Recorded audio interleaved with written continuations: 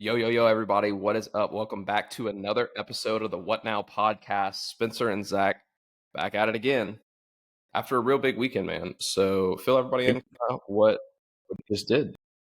Yeah, it was a pretty awesome weekend. I just got to finally, after 12 weeks of practice, I don't want to call it a dance competition, but It's a dance basically, competition. yeah, in some aspect.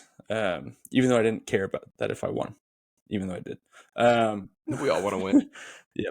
Um, so Colleyville, where my practice is, does a yearly charity event through their Rotary called Dancing for the Stars, and they basically pick 10 to 12 local business owners that they consider local celebrities, and we practice for about 12 weeks, ballroom dancing, which I've seen a couple episodes of Dancing with the Stars and thought, I think I could do that. So they asked me to be a part of it the last few years, and I was like, you know what, I'll get this over with now. Sign up for it. And immediately, as soon as I got to my first dance lesson, I was extremely uncomfortable. Even from like, what song do you want to dance to? I was like, What did you dance to? just so nervous. I danced to Lose Control by Teddy Swims, and Nice. then we transitioned into Taki Taki by DJ Snake and Selena Gomez. So it was fun. She was like, "What kind of dance do you want to do?" At our first lesson, I was like, "I don't know. I don't know what the dances are." Like I knew the cha cha, and I knew I did not want a cha cha. So I ended up doing a Vietnamese waltz. Still can't tell you what that means. And then we went into a samba. So it was a ton of fun. I got the hips moving. I was about to say you had the hips rocking. Got the hips rocking. Shout out chiropractic. Couldn't do it without it. But no, it was a ton of fun. It was so uncomfortable. I was so nervous like the whole day. We ended up dancing in front of over 600 people, which I've never spoke in front of that many people. I played football, but like you can't see them when you're playing football. Yeah, they can't really see you either. It's just yeah, right. Got the helmet on. They all look the I was an same. offensive lineman. Like no one was even Zero watching glory. me.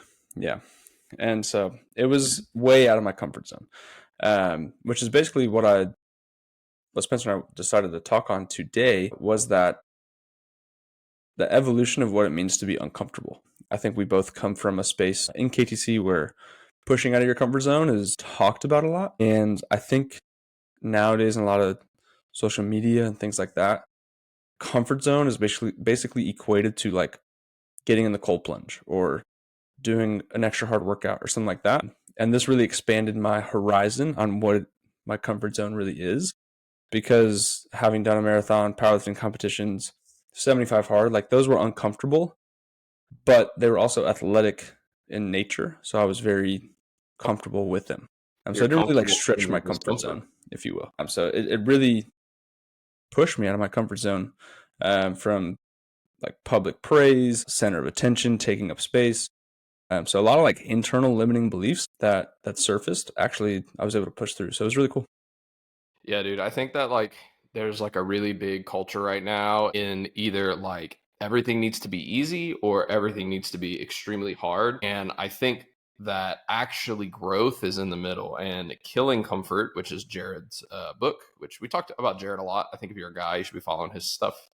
But Jared's book is called Killing Comfort. And, you know, one of the big things I think that, especially as a business owner, is like you don't have to make everything hard, but sometimes the easy thing to do is the hard decision to make. And that goes from it's not hard to let go of one of your employees, but it's super uncomfortable. Like they're not performing well. The decision is not a hard decision to make. The action that is actually super uncomfortable, and it's hard to be uncomfortable. And I think that goes, Kate just ran a half marathon this weekend, and you know, she was super nervous, and I was like, are you nervous about the run? Or are you nervous about people thinking that you're not going to be, that you didn't live up to the expectation that they thought? And it's like, so we kind of wrestled through that, you know, and she's super proud of herself because it was uncomfortable for her to say, like, it doesn't matter if nobody is there. Dude, there's thousands of people running this half marathon, and, you know, she's in it for herself, and to do that for her, it was just me and her that were there at the race. And it really pushed her out of her comfort zone because she's used to doing those things for other people because other people needed her to. Nobody asked her to do this. Nobody forced her to. She did it because something that she wanted to do. And that was Yeah. uncomfortable. Like mom and dad, whole family weren't there. Like didn't make her do it. Yeah. Nobody's I think tracking your time. Nobody's asking you what right. your time is at the end of the day. Nobody is watching to see if you beat so and so. And I think that's a big thing, like for us to learn, like in our practices, in our personal lives, all those kind of things. But Mm-hmm. yeah, so if you had a lesson to learn from your Dancing with the Stars, what would that be? Ooh, just one. Or just give a couple. Give a couple. What did you learn from your Yeah. experience? Yeah, I mean, one of the harder things, so we had to fundraise a minimum of $5,000. Wow. And they're like, just ask your friends. I was like, well, a lot of my friends are 28, 25, like they're saving up for a house, but I digress. And so for me, it was uncomfortable to ask really anyone, but a lot of people in my circle are patients, right? That I would have asked. And I'm already asking them for money all the time. And so it was uncomfortable. That was uncomfortable in a sense. But I think it's also another lesson is people are so much more willing to give. And we talked about this a little bit after the Growth Summit, but high level individuals love to give, right? That's just something they strive for. And so they were almost like it wasn't a question. It was like, hey, yeah, I'll support you. And so that was a big lesson. Like it's okay to continue to ask and ask and ask. And that's something I think I initially, when I got into business, when we first opened the practice, I was really good at. Like I didn't care about rejection in any sense. And then something over time got built up where I really cared about rejection. Conversion rate was always really high. So I was like, never had a distaste for the no. And so I slowly built up a fear of rejection again. And I had to overcome that. And now I'm back to, you know, asking strategic partners to meetings and all these different sort of things that require me to face rejection. And so that's been really good. That's been like in the moment, something that's come up. And then another thing is unapologetically being myself. I still don't think like my full personality came out in the dance, but every dance lesson, my dance partner, she's a professional dancer, she's phenomenal, but she would always tell me like, we're in this little dance studio, like, hey, you got to smile more, you got to show more attitude, like you just got to have more fun.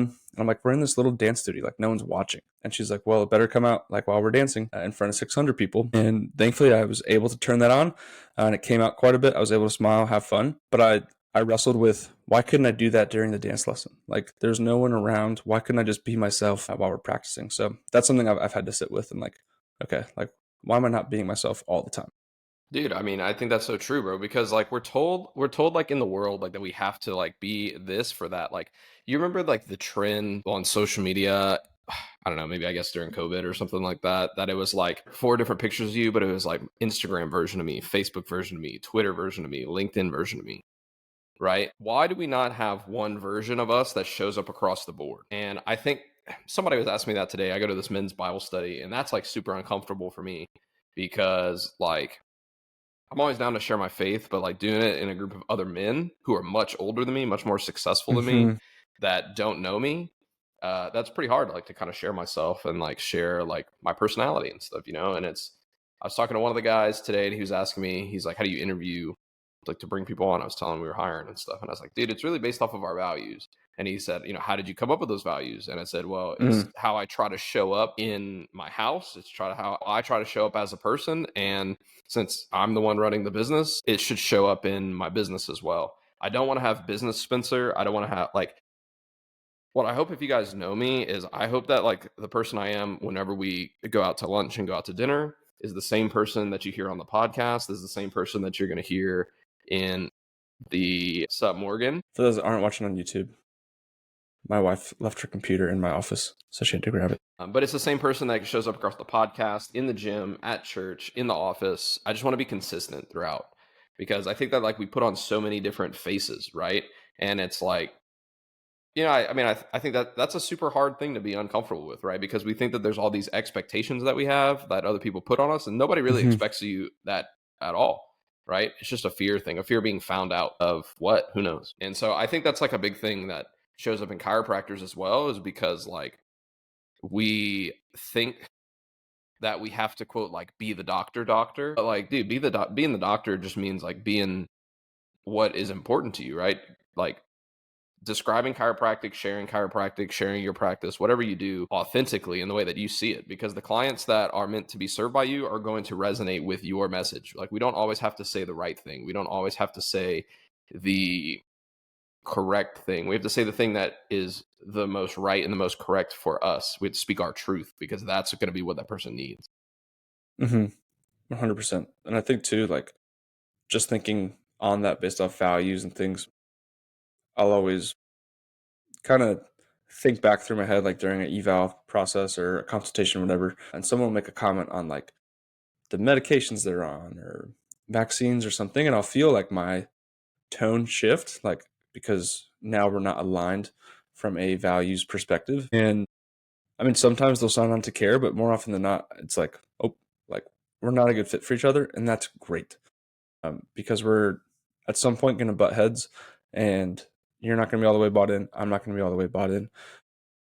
I'm not saying like you can't serve people that have differing views than you, but it is definitely different when you are adjusting someone that is fully on board, fully aligned, and one of your ideal clients. And so I think it's something I'm learning too, is to, with that personal branding, kind of coaching from Jeremy, with Patch, and kind of looking at like Nick Bear, Hermosi, Rogan, these guys that have just built great personal brands. They just authentically talk about things they enjoy talking about. Yeah, dude. Oh, I mean, I think that's so, like, okay, you see that with Rogan, dude. Like, there's no reason that you should be a comedian that then hosts a Fear Factor show. Like, that's so strange. And then you're also a UFC commentator, and then you have the biggest podcast in the world, but you he's the same, like, across the board. Like, I've listened to Rogan, I've Mm-hmm. watched his stand up. I would never really watch Fear Factor. I guess the only thing that changes between him and Fear Factor and now is he's bald. But Yeah. like, so what I mean, like, he's the same guy, at least on my perception, across the board, right? And that's somebody that you like, like, nobody likes when you're this guy for one person and then you're this guy for the other person. And I think, the biggest thing, like with the consults, like sometimes I like really I find myself like really like analyzing, like, and I forget that there's a person that is not just telling you Mm-hmm. these details. The details are not their symptoms. The details that they're sharing with you in the consult, that's their life. That's their experience. These people are sharing with you their Mm-hmm. life, but we're taking them like their notes on a quiz or something like that. Like, we're listening to them like they're just like, oh, I'm just trying to get the right Yeah. answer.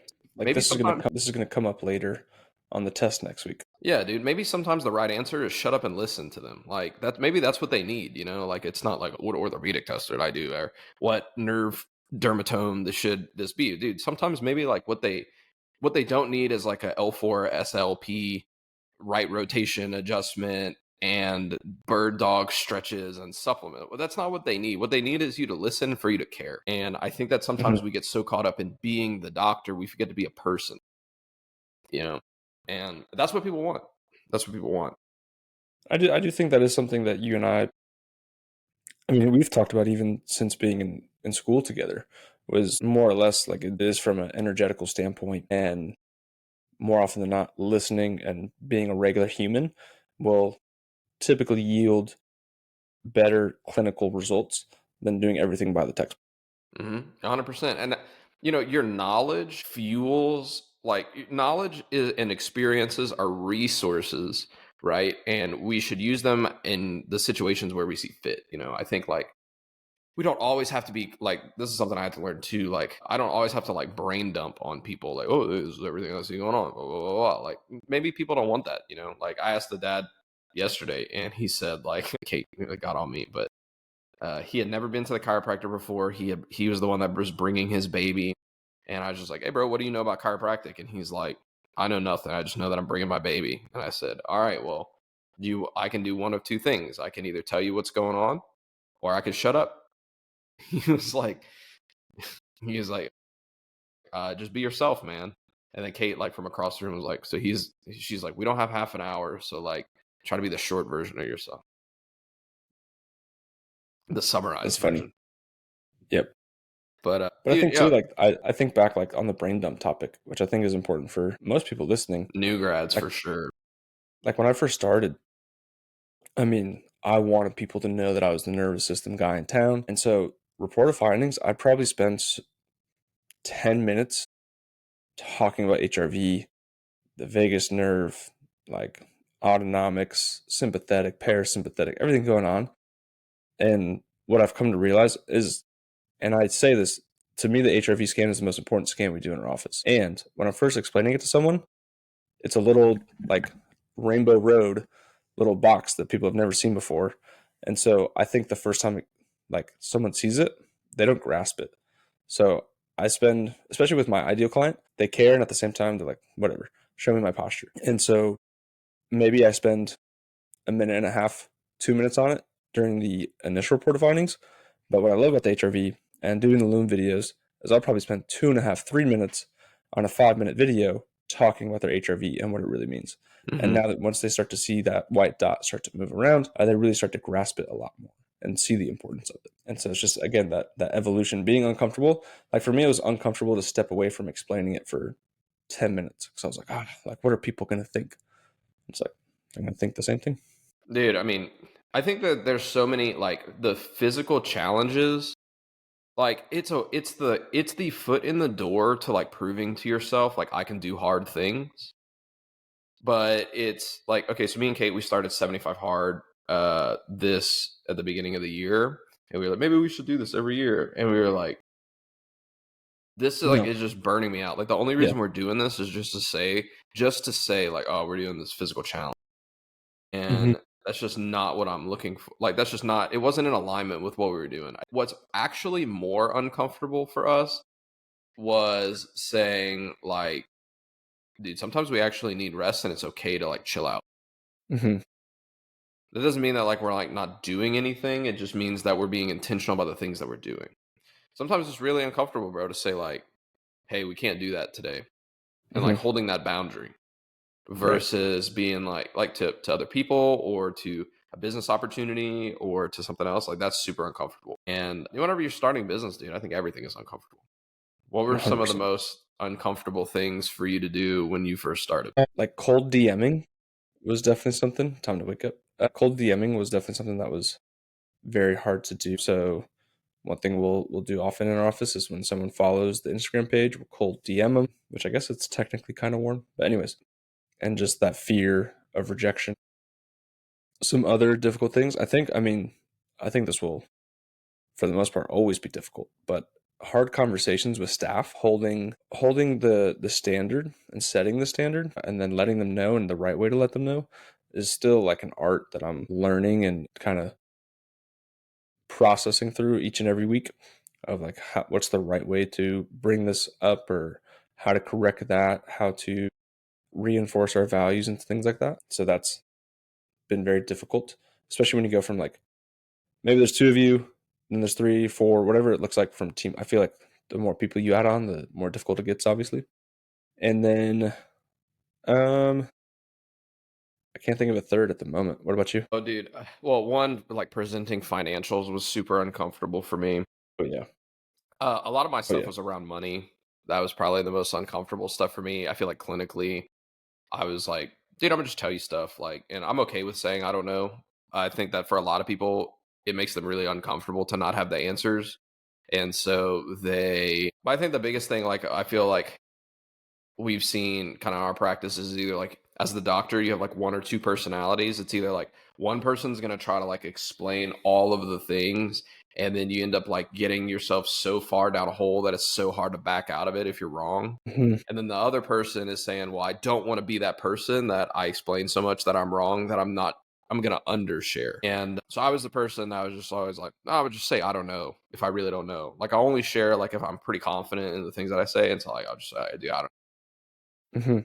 So one guy was just like, hey, so like, what should I do to like reset my gut microbiome? And I was like, bro, I have no idea. Yeah. Never been down And that route. he's like, what do you mean? And I was like, well, it's not that I don't understand like what it's like. I just don't know what it means for you. So it's like, I don't, because like you'll have patients that ask you that all the time. Like that'll be like some people will say like, dude, my neck is hurting today. What do you think I did? I'll literally, I don't know. That's my favorite question. Like, I don't It's like, know. brother, I see you for 5 minutes once a week. Yeah. Like, I don't know. It's like, I would love to know. I would love to know. So like, let's figure it out together. So you tell me what you did in the last week since I've seen you, because that's a lot of time that I haven't seen you. So you tell me Yep. what's happening, and then maybe I'll be able to distill it down and give you an answer. But I don't know. And I think that it's Mhm. like that was a thing that I had to be like when I first started in practice. I'd be like, well, I think it might be because of the way that you sit at your desk, like those kind of things. Or like, well, subluxation, like that's probably the Yeah. biggest one. Right. And so that was pretty uncomfortable for me to get okay with not knowing. Second of all, is just like asking for money, dude. That was a big one for me. Like both, yeah, just from patients asking people for money, being like, hey, like I need you to pay me. Mhm. But then I realized, dude, that I'm actually doing them a disservice because if I don't ask for money and I don't charge what we charge, then I'm so worried about keeping the lights on and keeping food on the table that I'm actually just thinking about that when I'm adjusting them, and it's just not cool.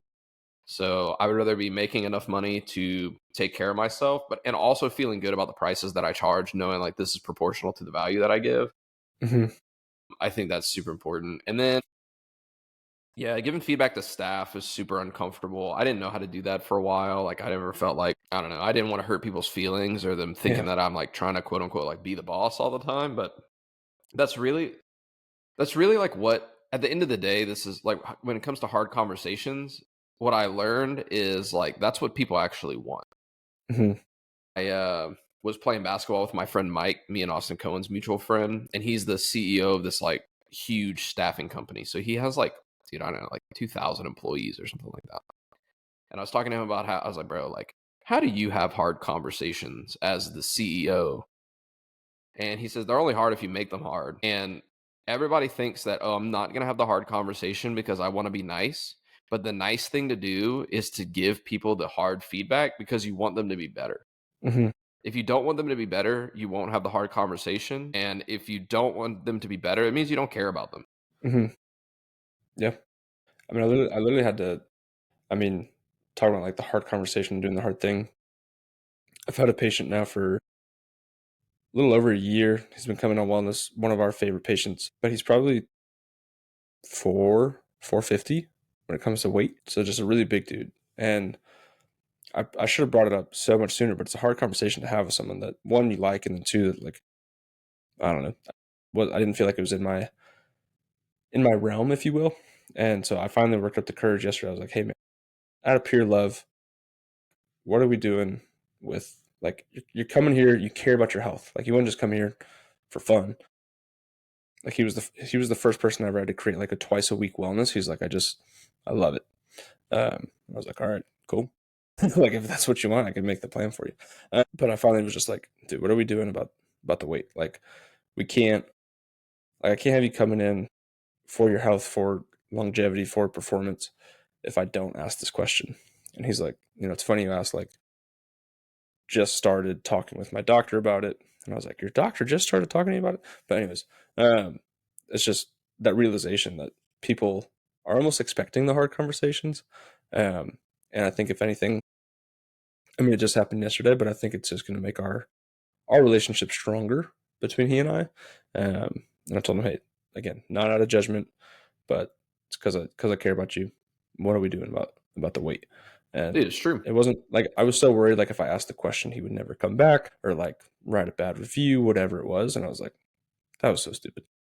Dude, we have the same kind of like things. This is like a really hard conversation that we have is like we have a lot of parents that are like bringing their kids in for behavioral issues. Like they're just like, my kid is always throwing tantrums. My kid is always freaking Hmm. out all the time. And like Hmm. there is a neurological component to it. Yes, 100%. Stress is stored in the nervous system. When there's more stress in the nervous system, it's easier to get overwhelmed. So true. Everyone does better when they're well adjusted. And that's not because the adjustment is the thing. This is the thing is like a lot of times I think that I like wrestle with this a lot of times too is because like we advertise like the adjustment a lot being like, oh dude, you just need an adjustment, you just need a dude, you don't just need an adjustment. What you need is you need to regulate your nervous system, and the adjustment is the Hmm. best way to do that. Like that's the biggest thing is it's not the adjustment that does it, it's the nervous system that does it. It's the release of stress from the nervous system that changes your life. The adjustment is just the application, the facilitator of that. And I think that we as chiropractors, when we can start to preach that, we get out of the whole like I have to fix you with this adjustment deal. Anyway, all that being said, is that we have a lot of parents that are like, hey, these are parents that are like on wellness, like that have done the care plan. The nervous system is in a great spot. The kid has made a ton of progress in terms of their sleep, in terms of their overall health, in terms of their maturity, all those things. But then they come back and they're like, they're having a really hard time at school. I just think that they might need more chiropractic care. And it's like, yes, do we need chiropractic care? Mm-hmm. What we really need is parenting sometimes. And it's like, that's like a really hard thing because like I had this one mom, love her to death.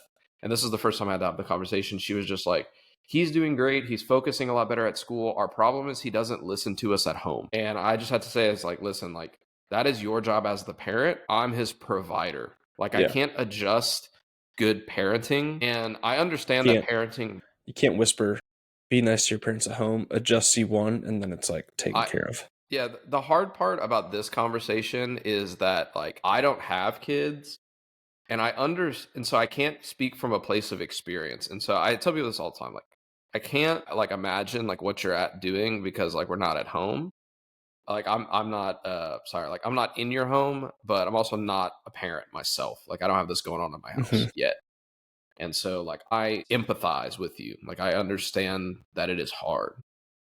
At the same time, it's like sometimes this is just a thing that maybe like you and your kids have to wrestle through. And like that's always the hardest conversation because like the parents are just looking for someone to support them. So I just say like any way that we can support you, like let me help you out. But sometimes like it's that's a really hard conversation in our practice sometimes is because 100%. the parents are like, and so I mean, Just what we gotta just become say parents. is we're I'm just kidding. Anyway, all that to say is just like the hardest conversation is sometimes is just saying it's like it's on you. Like it's back onto you as a patient. This is a part of your end to fulfill. The same thing with the weight loss, the same thing with the parenting and those kind of things. It's like sometimes this is on you and it's not on us. It's uncomfortable to get out of the seat of the savior in your practice and saying like maybe it's not me. Like, that's really hard. No, 100%. 100%. I think it comes back to referring out and similar to what we talked about last week. So I think that it is all very aligned. Yeah, I think it's also really hard to just like tell your patients like, hey bro, that's my bad. Like sometimes you I don't know, sometimes you double charge people. Like we have that happen sometimes on our payment process. I think it's how you handle the integrity that you handle like your mess ups. Like and owning them, just be like, hey, it's my bad. Like this might be. And then also holding the line on your policies, bro. It was super, dude. We were really uncomfortable this last week, bro. We got our first bad Google review, and I was like, dude, sweet, we're a legit business now. Got our first bad review. But this one lady, she called in and she scheduled an appointment. It's a 20-minute phone consult. And she was like, yes, I want to book. She booked 2 visits. Hey, we got a non-refundable deposit. We take the card over the phone. So you have to like get your card out and read it to us. And she does that. And no show. No, we pay the deposit. And then she calls back like 30 minutes later and is like, hey, I need to cancel both of these appointments. I found somewhere that's going to take my insurance. We're like, okay, that's totally fine. If you ever looking to be a part of our office, we would love to have you. She's like, can I get my deposit back? We're like, I'm sorry. Like our policy is that we have a non-refundable deposit because we just blocked 2 hours off of our doctor's schedule. We told all of these people no. When we tell other people no, like whenever we tell you yes. And so we just booked out 2 hours of our week for you. And we only have 22 hours or like 26 hours or something like that open for patient hours. So she got all mad and she left a bad review. And dude, I really wanted to go to Google and report it and being like, hey, I think this is like a false blah, blah, blah. But I was like, nah, dude, I'm going to leave that up there. We're going to leave it up there. We're going to respond to her saying like, hey, we're transparent with our policies. I'm sorry that there was a misunderstanding with the policy and stuff, but we do have a non-refundable deposit. And if you have any other questions, that's what we do. And I just left it up there.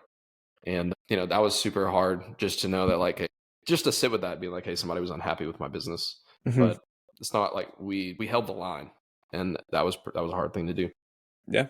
But I mean, you're right. You are a legit business now because you have a negative Google review. Yeah, we got one. She just says, be wary of the deposit policy. When I was coaching with Ryan Ryder, who definitely a wealth of knowledge, but he's like it's almost funny that we're like push 5-star reviews so much because like restaurants, like all these top businesses, they're like 4.8, 4.7. He's like, you almost look more legit when you're a 4.8, 4.7. But you have as like opposed to 600 reviews. Yeah, right. But with that being said, if you haven't left us a review or rated the show on Spotify, definitely take a second, give us a 5-star rating. We definitely appreciate it. Dude, I do know that, yes, you can update your rating on Spotify. I just learned, like, I think our show has like a 4.6 or something like that. And it's because, like, we were asking for like reviews or like right at the beginning of the show. And one of the episodes, the audio, like, just didn't upload like at all. So it's almost like a blank episode. So, but you can update it if you think that we've been doing a good job. Leave us a 5-star review. That'd be great. Yep. I don't know what And it does, but it would be cool to another see. thing that's still hard for me is asking for referrals. That's something that I'm always oddly uncomfortable with, just doing it in like a genuine way. But Yeah. How do you go definitely, about it? What do you like? Because this is something that we talked about at Steph's pop up one time, is like asking for referrals. Because Mhm. like there's like the really salesy way of being like, here's 2 cards and you should refer someone to us. Mhm. How do you go about it? I mean, we have different touch points, which I think this would be a great segue to our next episode, since we've already covered so much. But we have multiple touch points that don't necessarily ask for referrals up front, but place referrals in the mind of our patients. And so, I mean, we saw 15 new patients in January, and they were all referral based. So once Google starts working for us, it's going to be great. But with that being said, multiple touch points, and now training myself and staff on asking for referrals straight up, especially after progress evals and transitions to wellness when people are in a good mood. So, yeah. What about y'all? Dude, we ask for one in the new patient drip, and we just say like, Mm, hey, if you feel like this has been working for you, a lot of times people don't know that the same results are possible for them. hmm So if you know of anyone that could use us, let them know. Like, I think that's really all we say. Like, we just say like, hey, like, if like so many people don't know that chiropractic is beneficial for their case. hmm If you feel like somebody would be a good fit for what we do in our practice, just tell them to reach out and have a conversation with us, hmm because a lot of times we can help with so many more other things than just for what you're coming in for. Because a lot of times we're really just focused on what's going on for you, that we're not talking about all the other things that we do for other people. And sometimes we might miss out on, like, you might miss out on that. And so if you know of anyone that you feel like needs help, just tell them to reach out to us and we'll talk to them and see if it's a good fit, or we could at least put them in the place that works best for them. hmm I think I really like go shy away from like the hard call to action, just because as my buyer personality, I just don't know if I like that. Right. Like, Same. I almost like, this is like a fun fact, but I always, my like secret game that I play when I go to Chick-fil-A, which I don't go to Chick-fil-A as often anymore, but as I try to like not let them say my pleasure. Like, I try to Yeah. find ways to not give them opportunities to say my pleasure, just It's so because funny. I We've know that talked about this they're before. trained to do that. So whenever I see companies that are like, refer a friend, get $10, it's like, I should refer my friends because I believe in your product and I'm getting awesome customer service. Like, hmm not because I'm incentivized for 10 extra dollars off of my next whatever. Because now I'm trying to like sell to your friends and stuff. And like, I didn't sign up for your product to become your salesman. hmm So, but I think that's good, dude. What is, as a final point, what is one thing that you're doing currently to get out of your comfort zone? Or what's one place that you can be more uncomfortable? Mm, I would say, well, I mean, going back to like what we talked about, I realized like physical challenges aren't really like in my comfort zone. Like I'm just comfortable there. So I don't think like saying I'm doing high rocks is getting out of my comfort zone. I mean, today after the podcast, I'm going to an EO event, so entrepreneur Oh, organization, nice. um, which is going to be a lot of high level individuals down in Fort Worth. And so the imposter syndrome has already kicked in thinking about that event. So putting myself in those situations and yeah, being around high level individuals and not having imposter syndrome would be how I'm getting out of my comfort zone. So you're wearing your Tiger Sunday red? Oh yeah, killer You got black mentality. pants. I got khakis on. No, bro. No, you got to put on black pants, bro. You can't be Jake from State Farm. But you're right. You You're can't right. be that guy. I'm going to change. Good call. Nice. Dude, for me, it's getting on social media more and like showing my face. That's like a big Yeah. one, bro. It's like the one thing that I know that I need to do, but I put it last on my list every hmm time. That's like always like your next step, dude. Every time you're like, I know I need to do this, but I don't want to. So you find things to put on top of it in your to-do list. Bro, it's like, I know that's it. I need to make more educational content on social media. It's what people like that I do. So seeing myself on our podcast reels, that's like a big, Oh yeah, I feel really uncomfortable around that. So 100%. But hopefully you guys are enjoying the show. So hopefully some new things coming for you guys. And Definitely some gonna be more having some guests. guests on soon. Yeah, we were supposed to have one today, but Colton Wood got sick. And so we give him grace and we show him mercy. So thanks, guys, for listening to the What Now podcast. We are excited to see you next week. Peace. Peace.